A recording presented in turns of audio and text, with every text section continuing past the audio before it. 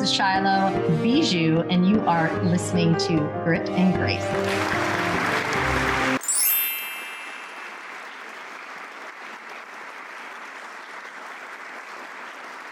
Hello, and welcome to another amazing episode of Grit and Grace. I am Shylo Bijold, and today we have the Dr. Joe Vitale. Let's get started. Oh my gosh. Okay, so everyone knows you from The Secret. You are a best-selling author, you're a spiritual teacher, and you have an amazing podcast on luxemedia, which we love. And I'm just super excited and humbled that you came on and are going to share with us today. So say hello to our listeners who may not know who you are, but most of them do.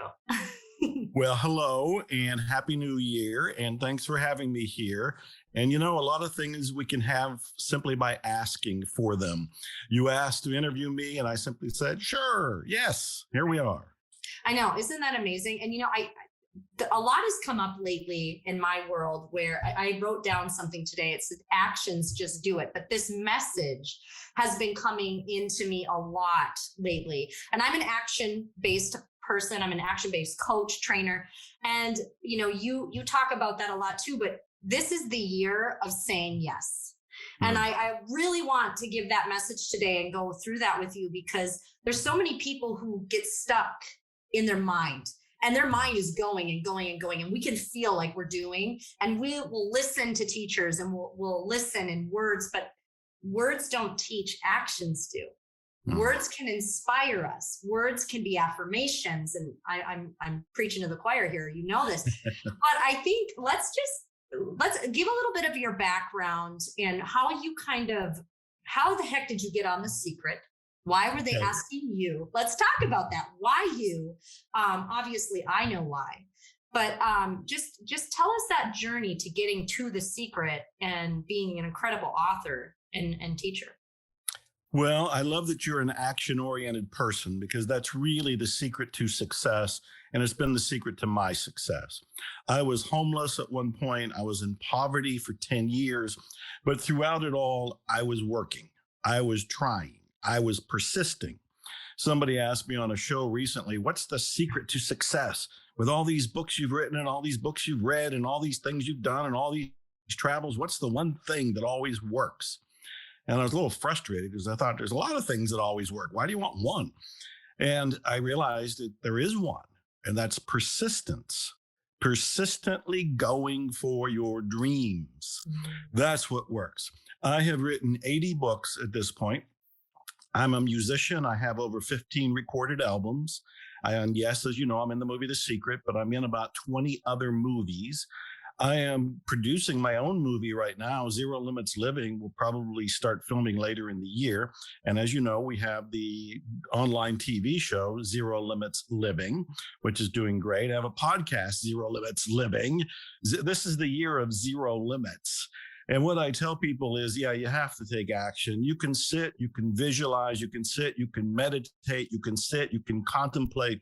But until you actually go to the keyboard and start typing, you don't end up with a book. Until you actually go in the studio and start recording with your musicians, you don't end up with an album. So action is absolutely crucial. Now, along the way, I wrote a book called The Attractor Factor. And The Attractor Factor, I have so many wonderful stories around it. But it was a book about the law of attraction. It became my first big bestseller. And in 2005, an unknown woman in Australia called me and said, I read your book, The Attractor Factor. I'm thinking about making a movie about the law of attraction, and I'd like you to be in it. And I thought, she's just a flake. I hear from people that have ideas all the time, and as you know, don't take any action. So I politely said, hey, if you get it together, give me a call, you know, and maybe I'll be in your movie. Well, she did get it together. She did give me a call, and I almost said no. This is important to your theme. I almost said no because I was so busy at the time. And she made it easy. She said, I'll fly you to Chicago. I was in Texas. She said, I just need you for a couple hours. I'll fly you right back the same day. And I just remember thinking to myself, every turning point in my life came from saying yes. even when I didn't know how to do it, when I didn't know what would work out. There was no guarantee of success. There was no assurances of anything working out in my favor. But there was that little sneaking philosophy or insight that said, when you say yes, you're going with a current and a stream that can take you to great success. Well, as we know by now, I was in the movie The Secret, and The Secret 16 years later is still traveling around the world and shaking people and inspiring people. And for whatever reason, I'm one of the 5 or 6 people that people seem to remember that's in the movie. So that's that's the quick short story, the I helicopter like view. that. Well, I think the whole theme, like we're going with, when I look at my last year, so when you say you've been homeless and you just were persistent, I think it's so funny because we are the people that we're called crazy. We're called crazy until people see it, right? Right. You go around and that's why sometimes you say, you don't have to tell everybody everything you're going to do. Let them see it, because everyone is a critic. Everyone, if I say, I'm going to do this, this, and this, like, oh, I don't know how you're going to do that. And then all of a sudden these seeds of doubt happen. And so what I've done in my life is really get my circle into a very, very small, that doesn't mean I don't love on everyone. It means what I share with people, it's very limited to a certain amount of people, because you can't allow people who are not at this level or who cannot see past maybe themselves sometimes, they're stuck up here.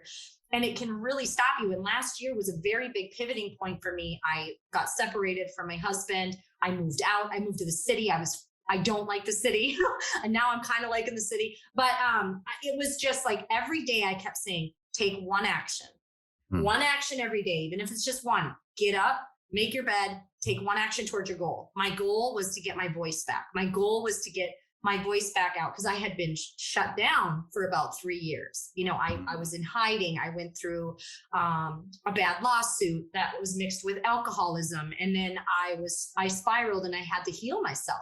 And so in that journey, I had specific goals for the year. And I just, every day, no matter how bad it got, no, if I was sad, crying, whatever, I got up and I did the things I needed to do. And that was all about taking actions. And I think it's a big deal, because I see a lot of people who can go one or two ways with the message of being grateful and manifesting. We love that. They miss the action part though. Like right. People will be like, I meditated all day. I was positive. I said affirmations. But what were you doing? You can't sit at home and look around and be like, I'm going to buy the penthouse upstairs. Okay, that's great. How are you going to do that? What are the actions you're going to do that? I think people miss that part. And it's really important to know that this is the year to say yes, yes. Okay, so what are you doing currently right now? Saying yes, obviously, you have so much going on. What are you focused on right now? Well, my life mission is to inspire people to go for and achieve their dreams. And that has been the case for the last 3 decades or more. So all the books I'm writing, the music I record, the shows that I'm filming, all of this is designed to help people awaken to their inner power and to start to go for or in the direction of their dreams. And I'm obviously a big action taker guy. It's ironic that in the movie The Secret, I'm the guy in the movie who says you have to take action. I actually say it's your job to take action. And a lot of critics of the movie say there's not enough in there about action, and nobody's talking about action. And it's this self-sabotage that goes on in a lot of us, where we don't hear what's actually being said because we don't want to hear it. Mm-hmm. So a part of my work is to help people to awaken. And I'm doing that in all these different things that we're talking about. And that's what I'm doing even right now. I said yes without knowing anything about you or your show. I said yes because Candace, who's producing these things, had asked me to do it. And I just thought, say yes. So I said yes. When a producer came recently to tell me he wanted to make a movie about one of my most successful books, which is called Zero Limits, I did a little meditating, but I said yes. I've also found that I'm a big believer in having giant dreams. But as you were talking about, some people can bring you down, some people can encourage you. My rule of thumb is only share my dreams with people who can help me attain them. Mm-hmm. If they cannot participate on some level to help me attain whatever the dream is, then I don't want to tell them the dream.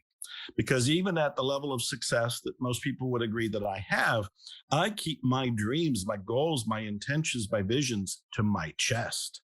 I do not blurt them out. I am very careful about who I talk to. Why? Because I don't want anybody to rain on my parade. Mm-hmm. Napoleon Hill, who wrote Think and Grow Rich, said the number one reason people fail is they listen to family and friends. Family and friends, in a very general statement, are all going to be thinking in the same kind of protective and victimhood mentality. They're not used to saying yes. They're used to saying no because they want to play it safe. They want to live in their comfort zone. So to answer your question, all of my work is to help illuminate this little box of limitations that we all live in. And believe me, I've been in it. I'm still in it because I'm still growing. I'm still stretching. I'm still going for more. But when I was homeless, I couldn't see beyond my nose. When I was in poverty, I just saw little limitations around me for survival. But as I kept collapsing those and kept moving forward and kept expanding those, I can go for bigger and better things and say yes to colossal opportunities. Like, would you like to be in a movie that is going to make history? Right. I think it's important. You said survival mode. We'll touch on that because for a long time, I would say the majority of my life, I operated in survival mode. Mm-hmm. And it didn't mean I was completely broken at all times, but there was always something. The key, though, is because I was so focused of getting out of it, the focus ended up turning into major, massive actions that propelled me into the right directions. Now, survival mode isn't always helpful, and there's been times where I'm like, I reacted or I did something out of survival mode. I should have thought about it or I should have sat. And as I've grown into myself, I've really learned, take a deep breath. This is where you slow down for a minute. And that could be a minute, an hour, a week, a year. I mean, we don't encourage a year all the time, but sometimes you need that time. Mm-hmm. And you are not caught up to the person you want to be. So when we talk about like the outside influences, I look at people who start businesses with me, and they don't fail, they quit. They straight up quit.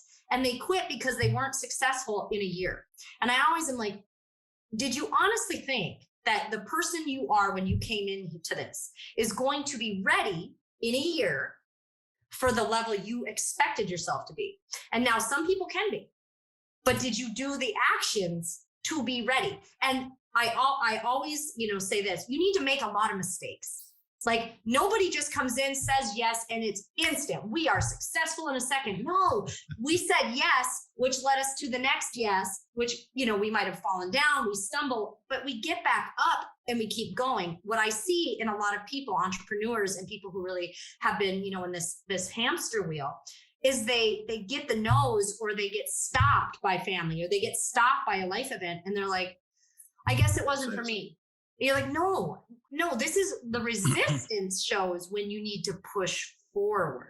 This means you got to keep pushing towards those goals because that resistance is showing you it's time. Now you either have to level up is emotional. Everybody needs to grow. And then you have the ladder. The other thing is the ladder of the emotional intelligence. You might be up here, but when you're talking to other people, this isn't that you're better or lower. It's just that your emotional intelligence might be here. If you're talking to somebody 3 rungs down, they can't identify with you. So stop trying to make them identify with you. They have to level themselves up. You can't do it for them. I'm preaching to the choir, but I mean, your thoughts on that. I love what you're saying here. What you're illustrating is something that I've discovered to be one of the fundamental secrets to success. And that is having somebody or somebodies who believes in you almost more than you believe in yourself. Now, you sound like a remarkable coach because you're saying all the right things that I've learned that work.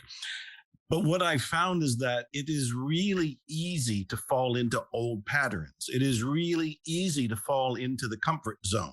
It is really easy to get to the point where you fire to take off and you start the business and there's a mishap, there's a disappointment, there's something that didn't work out. And you will have a tendency to go back into just comfort zone, no risk, plain survival, unless you have a coach. If you have a coach, if you have a mentor, if you have a cheerleader, if you have somebody who is rooting you on, you can accomplish, by God, miracles. This is what I've seen in my own life. I have been very fortunate that even when I was homeless and in poverty, there were people who noticed something in me and encouraged it, even when my mindset still sucked. I was still scrambling and persisting, and I was working, and I wanted to be a published author. But a large part of me was dragging my own resistance to the idea. I was dragging my own self-doubt. I was dragging my sense of worthlessness. When you've been homeless or in poverty, your self-esteem is pretty much zeroed out. And so to continue wanting to write, that was a big deal for me. I still had the blip of a dream going off on the radar screen, but I needed other people to say, you can do this. You have to hang in there. And I believe that even today, certainly you can do it alone. People do it alone all the time. I'm saying that it's easier and faster if you have a coach, if you have a mentor, if you have what I call a cheerleader of one sort or another. You sound like a golden coach. You sound like somebody who could really make a difference in people's lives, and probably are exactly doing that. So there you go. I agree with you. And the thing, I just saw a picture of J.K. Rowling, and it was when she was writing Harry Potter in Scotland. And it was just a picture of her. And, someone will say, well, she didn't have a coach. No, she had the strongest why on the planet. She was losing her home, and she had a little baby looking at her every day. And so when you have a strong why, you can accomplish anything. And we hear that a lot. It's overused, but it's so true. The why. And when I say your why, yes, your why needs to make you cry. No. Your why has to drive you through the mud. Like, it has to be so bad. And so at one point in my life, I was homeless, not homeless without anywhere to go. Homeless. I didn't have a home. I didn't have anything. I had a little girl. My husband he made me leave the house. It was his home, and I had a baby, and I was very young. And it was like, that was the moment. This is what I said to myself. I'm like, I will never let somebody else determine what I'm going to do. And I'm not even angry at him. We were both very young. I just put myself, and I take responsibility for it. I'm like, I just was so irresponsible with every decision I made. And now I've got to look at a child. I can't be bouncing around. I was living at friends' houses for months, and I lived in this half trailer for 6 months to get me out of it. And I will tell you, I've never worked so hard in my life. I got out of it. I got my own car, I bought everything by myself. I had nobody to sign for me. I had nobody that could co-sign for me. I don't come from a family that had a lot of money. I was just and he ruined my credit. Again, I wasn't paying attention. So did he ruin my credit, or did I allow it? I allowed it. I was just floating. And so when you have something staring at you, or when you have a strong desire and why, you can achieve anything on your own. But you said it, you nailed it. Do you want to go fast, or do you want to go slow? Because if you want to go fast, you need to find the right person who's going to encourage you, that doesn't have ill intentions, that has the right intentions. And here's the other part I'm going to say. I just want to preface it. There's a lot of coaches, and I think people have been burnt by it.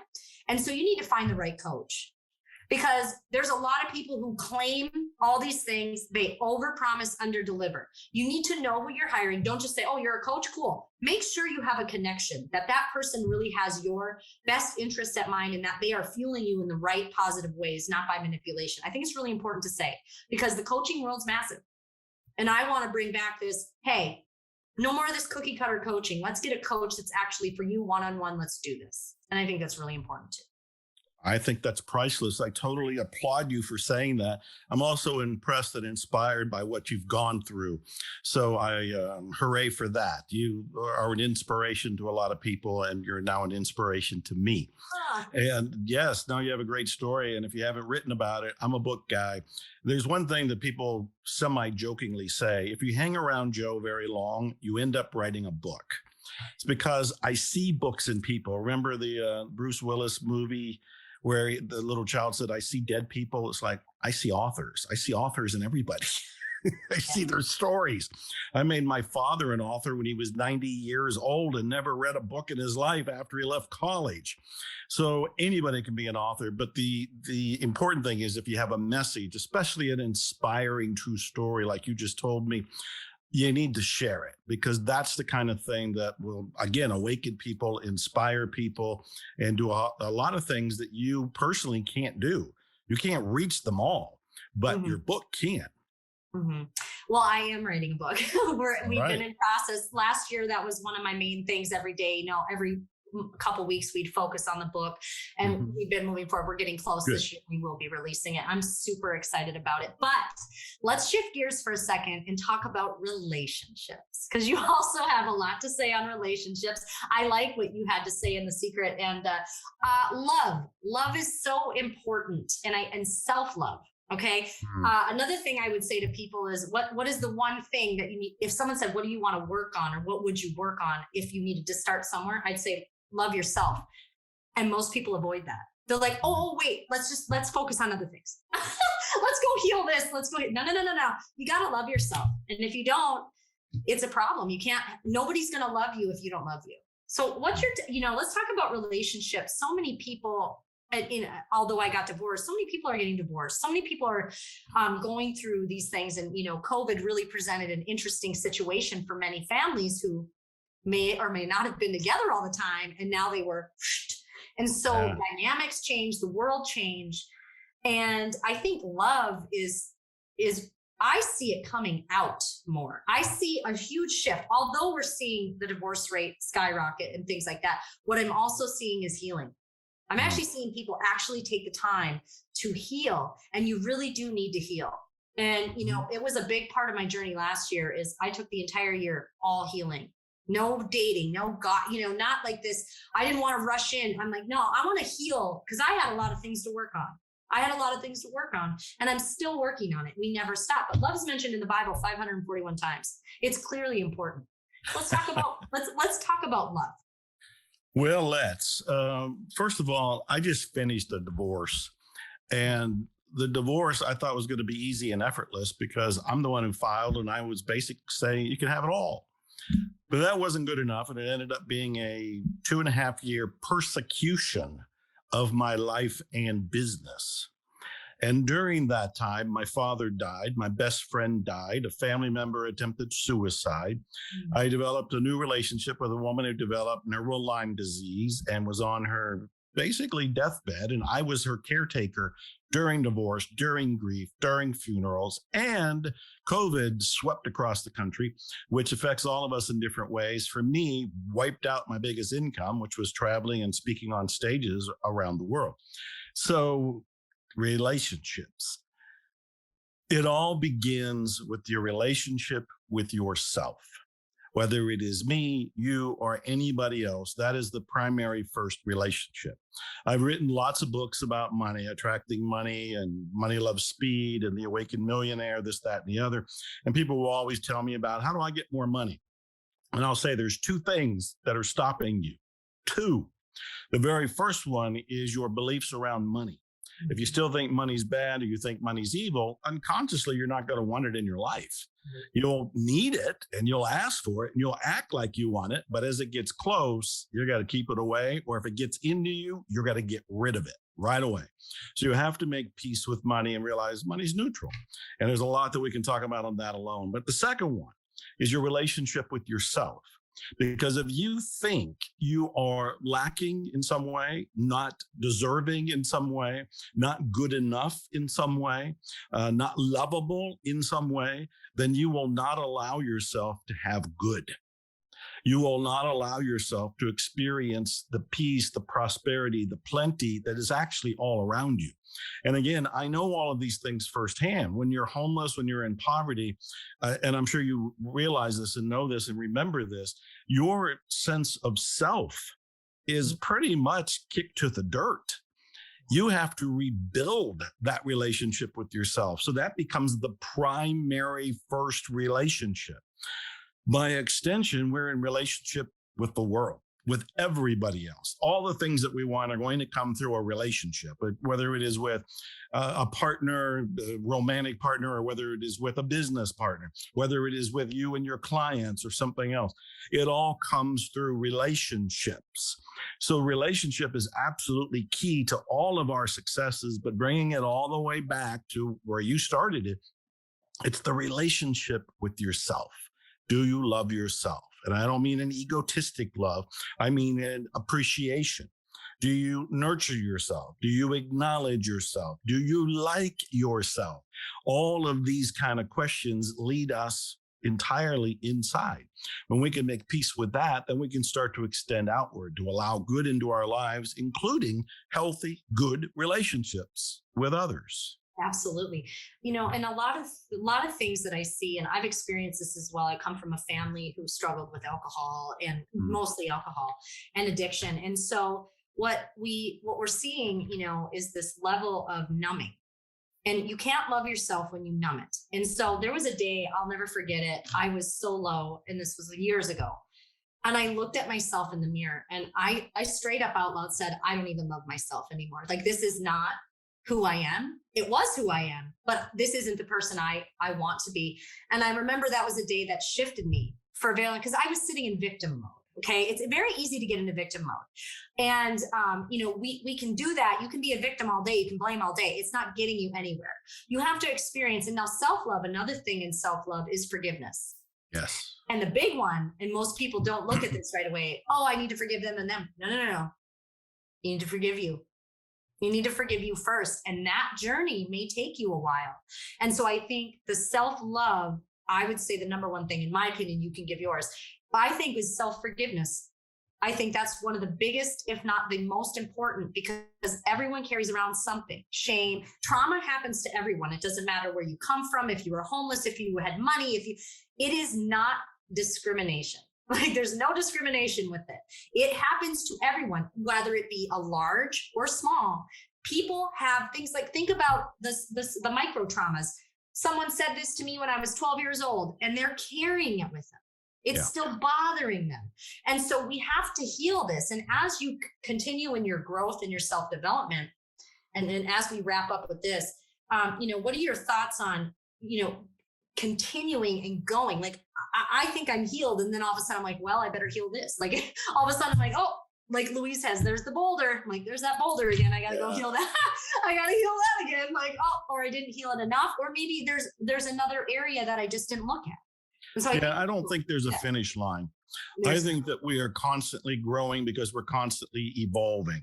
If I had to say there was a goal, the goal is to awaken. But what are we awakening to?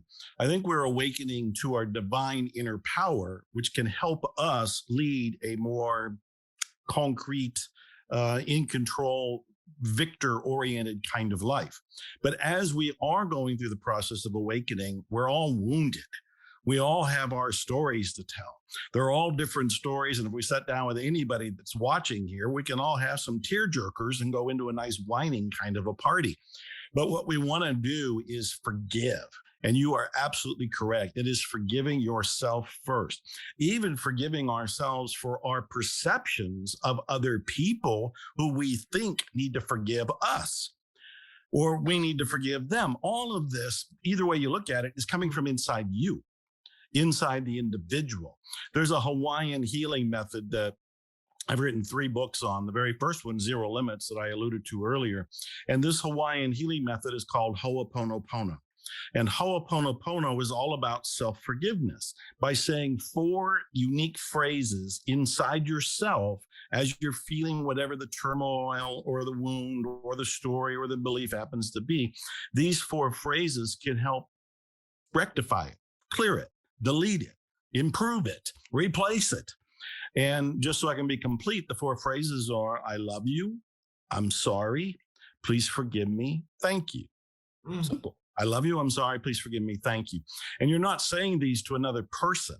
You're not even saying them to yourself. You're saying them inside yourself almost like a prayer or petition to the connection to the great something, to God, to the divine, to the cosmos, to the universe, whatever you want to call it. By doing this, we can start to forgive ourselves. We can start to erase the luggage we keep around us, the luggage we've been carrying for the longest time. So forgiving ourselves, forgiving other people. I think it was Wayne Dyer who had said at one point that if there's any block anywhere in your life, it is no doubt due to a lack of forgiveness. And no doubt the lack of forgiveness is towards yourself. Oh, it's so true. And you brought up perspective really quick. And I think that's really important. Another thing that I've learned in going through the last few years of watching the world, social media, how people respond, is I learned to sit back and remember that my perspective is mine, but I don't know the other person's perspective.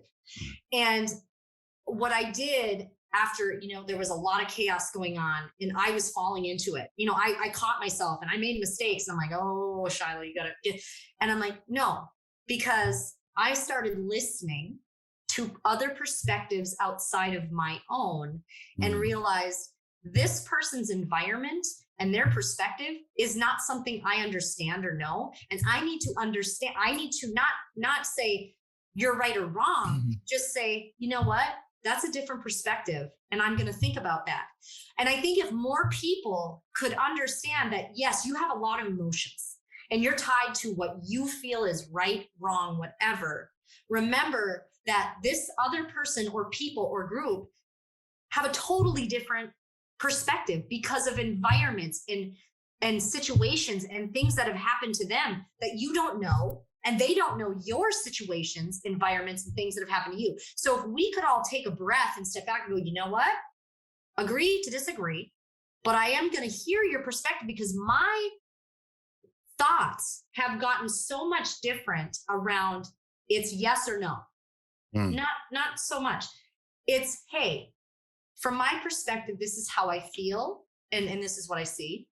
But I'm open to hearing yours because you never know what someone's going to say that might go, wow, I never thought about it that way. I never knew that. And you might be open to a whole new world that could be fabulous. And it's the same with meeting people. When you say yes, let's go back. And as we close the show, when you say yes, saying yes to the show, saying yes to the movie, saying yes to any of it. When I say yes, and it could be big or small, even when I'm tired or when I'm like, oh, that's a lot of work. I'm like, no, I'll do it because you're going to either be connected to somebody you never knew that could say one thing to you that could totally change your life. And that's happened to me so many times. And when you are open to receive, that's the other thing. Saying yes also means you're open to receive. Yes.